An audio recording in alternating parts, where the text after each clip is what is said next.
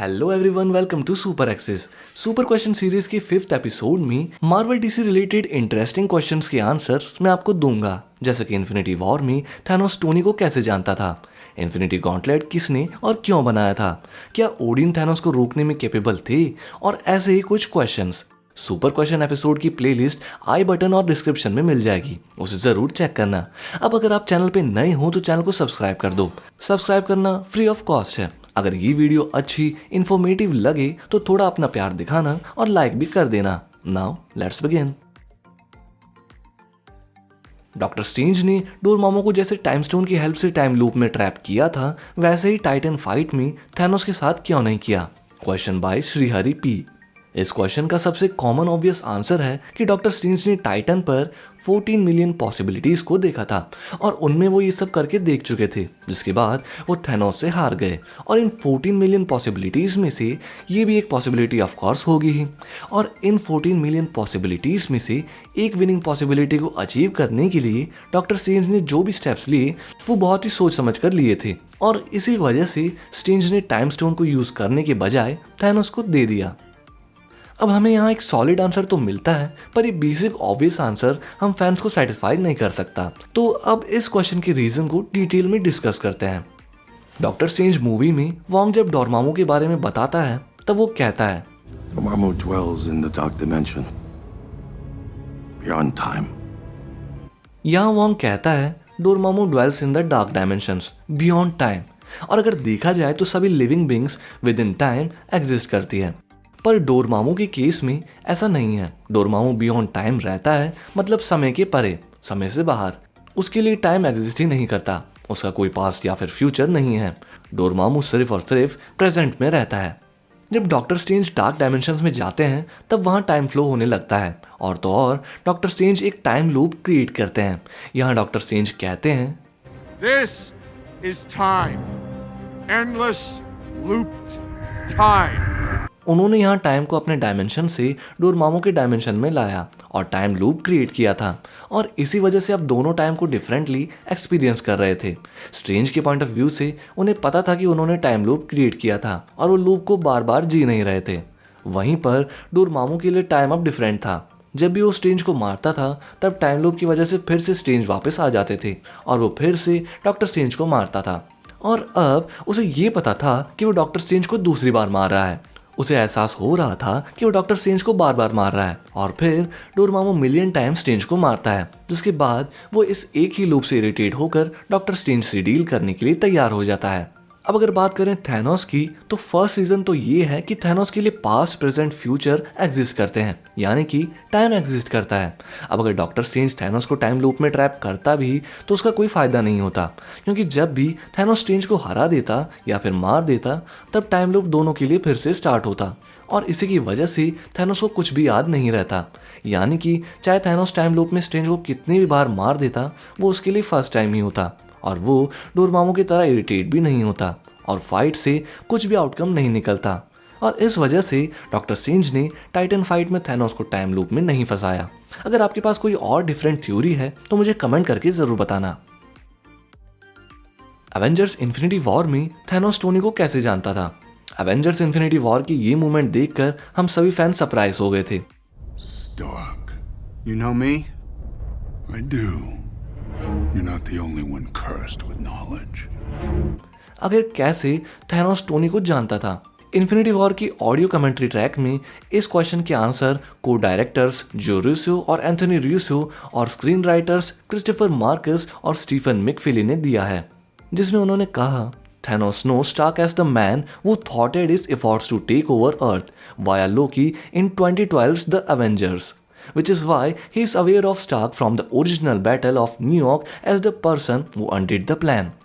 Avengers movie में जब Thanos ने लोकी की हेल्प से स्पेस स्टोन पाने के लिए और अर्थ पर कब्जा करने के लिए अटैक किया था, तब टोनी की वजह से उसका प्लान फेल हो गया था, क्योंकि टोनी ने हाइड्रा के लॉन्च किए हुए मिसाइल्स को पोर्टल के थ्रू ले जाकर पूरे शिप को ही डिस्ट्रॉय कर दिया था। और तभी से थैनोस को एक बात परेशान कर रही थी, ऐसा अर्थ पर कौन है जिसने उसके प्लान को फेल किया, और इसीलिए थैनोस ने टोनी के बारे में पता लगाया।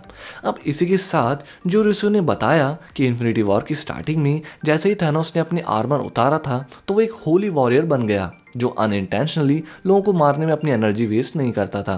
पर टोनी उसके लिए 2012 से ही एक थ्रेट की तरह था, जिसकी वजह से थैनोस ने टोनी को मारने के लिए अपनी एनर्जी वेस्ट की। क्या सुपरमैन का IQ level normal human being से ज्यादा है? सुपरमैन का IQ level normal human being जितना ही है, और ना कि सुपरमैन के पास सुपर इंटेलिजेंस है। सुपरमैन के पास सुपर स्पीड है और उसी का यूज करके वो अपने ब्रेन को जल्दी चला सकता है और किसी भी इंफॉर्मेशन को जल्दी प्रोसेस भी कर सकता है। इसी सुपर स्पीड का यूज करके सुपरमैन लाइब्रेरी में रखी सभी बुक्स को कुछ मिनट्स में पढ़कर उसकी इंफॉर्मेशन को ब्रेन में स्टोर कर सकता है, उन्हें एनालाइज कर सकता है। कॉमिक्स में कई बार सुपरमैन ने बुक्स को पढ़कर उस नॉलेज को अप्लाई भी किया है, पर ये वो सुपर स्पीड की हेल्प से करता है और ना कि सुपर इंटेलिजेंस और हाई आईक्यू की वजह से। सुपरमैन का ब्रेन सुपर स्पीड की वजह से किसी भी एक्टिविटी को बहुत ही जल्दी एनालाइज और प्रोसेस कर लेता है, पर अगर बात करें आईक्यू की तो वो उतना ही रहेगा जितना नॉर्मल ह्यूमन का होता है। अब जब वांडा ने हैक्स को क्लोज कर दिया है तो अगाथा कहाँ है? वांडाविजन सीरीज में रिवील हुआ कि एग्नेस ही अगाथा हार्कनेस है, जो एक पावरफुल विच है।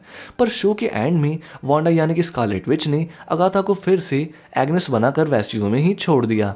तो अब सवाल ये है कि क्या अगाथा हार्कनेस अभी भी एज अ नोजी नेबर बनकर ही वेस्टव्यू में ही है? क्योंकि जैसा कि हमने देखा कि एंड में वांडा ने अपने हैक्स को क्लोज कर दिया है, तो अब जब वांडा ने अपने अंदर की स्कारलेट विच को अनलॉक कर दिया है तो वो और भी ज़्यादा पावरफुल हो चुकी है। तो मे भी उसकी हैक्स की पावर और भी बढ़ गई है, जिसकी वजह से वो सिर्फ एक पर्सन को भी अफेक्ट कर सकती है, और इसी को अगाथा भी मेंशन करती है। Hiya, hun. Say, that's some kind of getup you're wearing. Did I leave the oven on, or is that just you, hot stuff? तो अभी फिलहाल अगाथा वांडा की हैक्स में ही है, बट अब उसकी हैक्स पावर और भी एनहेंस होने की वजह से वो सिर्फ एक पर्सन पर भी अप्लाई कर सकती है। इसी के साथ वांडाविजन सीरीज से रिलेटेड सभी क्वेश्चन के सॉलिड आंसर हमें doctor strange multiverse of madness में मिलेंगे। पुष्कराज दाड़गे ने बहुत ही बेसिक बट इंपॉर्टेंट क्वेश्चंस पूछे हैं। एमसीयू मूवीज और कॉमिक्स में कितने इन्फिनिटी स्टोन्स एग्जिस्ट करते हैं? मार्वल सिनेमैटिक यूनिवर्स में टोटल 6 इन्फिनिटी स्टोन्स एग्जिस्ट करते हैं। Space, time, power, reality, mind and soul stones. Marvel comics में इन्फिनिटी स्टोन्स को इन्फिनिटी जेम्स कहा गया है और कॉमिक्स में टोटल 7 इन्फिनिटी जेम्स हैं। Space, time, power, reality, mind, soul और 7th infinity GeM ego GeM है, जिसका फर्स्ट टाइम अपीयरेंस हुआ था 1995 Avengers ultra force issue number 1 में। इन्फिनिटी गॉन्टलेट को किसने और क्यों बनाया था? इन्फिनिटी गॉन्टलेट को सभी इन्फिनिटी स्टोन्स को होल्ड करने के लिए और उनकी पावर्स को चैनलाइज करने के लिए थैनोस के कहने पर ईट्री ने बनाया था।